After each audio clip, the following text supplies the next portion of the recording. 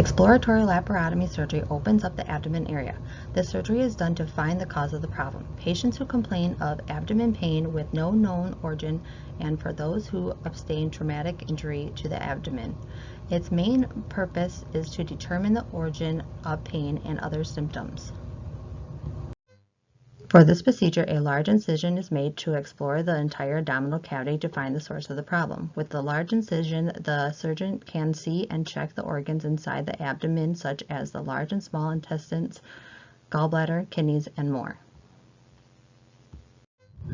Patients will be instructed on how to prepare for his or her surgery. The patient should not eat or drink for 8 to 12 hours before surgery in order to avoid aspiration or vomiting. Patients will be instructed to stop medications which may increase your risk of bleeding during surgery. All patients should avoid alcohol and smoking weeks prior to surgery. A major instrument set as well as some large retractors could be used.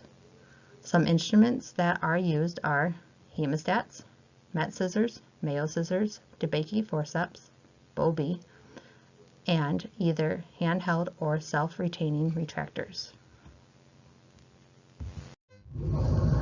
Some larger retractors that could be used are the Bookwalter and a Bell 4 retractor.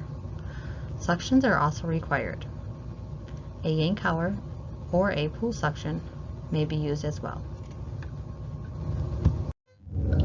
In the operating room, there should be surgical lights, anesthesia equipment, and monitors that are near the head of the bed. The operating room also contains an IV pull, a back table for instrument set, Mayo stand for the commonly used instruments, and a basin stand. The back table is placed within reach of the surgical technician, and the Mayo stand is over the foot of the operating bed. The operating room should also contain electrical surgical unit, a Neptune, and a patient bed. The electrical surgical unit consists of a generator that the suction is connected to. Neptune controls the waste taken out from the suction.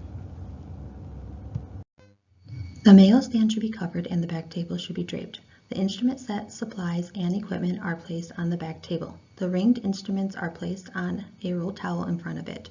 Instruments that are most frequently used, such as scissors, hemostats, cokers, retractors, and Alice clamps, are placed on the Mayo stand. All the instruments and devices required by the anesthesiologist should be placed close to the head of the patient. The electrical cautery unit should be placed at the foot of the patient's bed. The Mayo stand is positioned over the patient's lower extremities and comes in from non-operated side. The back table is placed near the Mayo stand.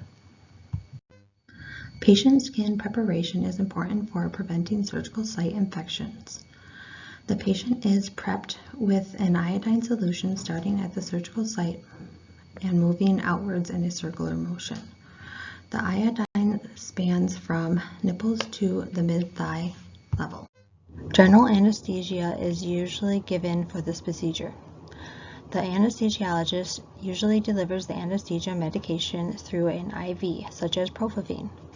An endotracheal tube may be placed in the patient's trachea. It is used to help the patient with breathing. The anesthesiologist will monitor the patient. The anesthesiologist will monitor the patient's heart rate, blood pressure, breathing, and other vital signs to make sure they are normal and steady while the patient remains unconscious. The patient is positioned in a supine with arms extended outwards at a 90-degree angle. Before starting the procedure, a timeout is performed.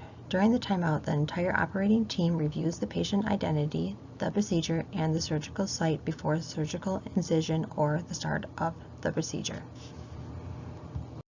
The surgeon will need a number 10 blade or a number 15 blade. The surgeon will use a number 10 blade to make the incision a few inches above the patient's belly button to a few inches below.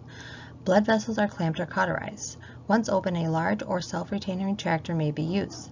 Next, the organs and tissues will be inspected for underlying issues. At this time, necessary surgical treatment can be taken place right away. The large incision is typically closed with sutures or staples. 3/0 vicryl suture is used for the subcutaneous layer, and 4/0 monocryl is typically used for the skin. An indwelling urinary catheter is inserted before the procedure to decompress the urinary bladder. Decompression of the bladder reduces the risk that the bladder may be injured as the midline incision is extended inferiorly for better exposure. Once incision line is sutured or stapled closed, ensure the area is clean, then apply a sterile ABD pad over incision line. Secure in place with medical tape surrounding the ABD pad. After the procedure, the patient may have some pain or discomfort. The patient may be prescribed narcotics for pain relief. Medication generally recommended: take over-the-counter medicine such as Tylenol, ibuprofen, Advil, or Motrin. After the procedure, the patient will be taken to the recovery room. As soon as the patient is awake and alert, the patient will need to be walking around as soon as possible. This will help prevent blood clots. The patient may not be able to eat solid foods for a few hours after the surgery. The incision site should be kept clean and the dressing should be changed regularly. Some possible complications of the surgery include infection of the incision, wound dehiscent, surgical hernia, and sudden hemorrhaging.